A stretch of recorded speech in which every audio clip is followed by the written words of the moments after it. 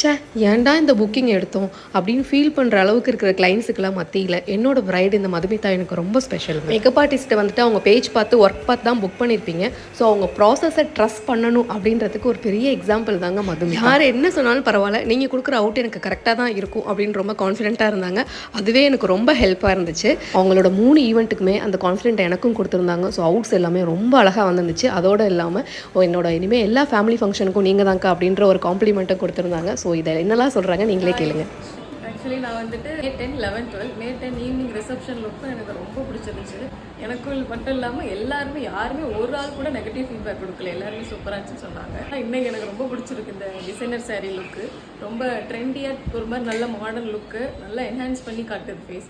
ரொம்ப மேக்கப் வந்து பூசின மாதிரி ஃபேஸையே வேறு மாதிரி காட்டலை. நம்ம ஃபேஸ் என்னவோ அதை நேச்சுரலாக அதை கொஞ்சம் பிரைட் பண்ணி எடுத்து காட்டியிருக்காங்க. அவ்வளோதான்.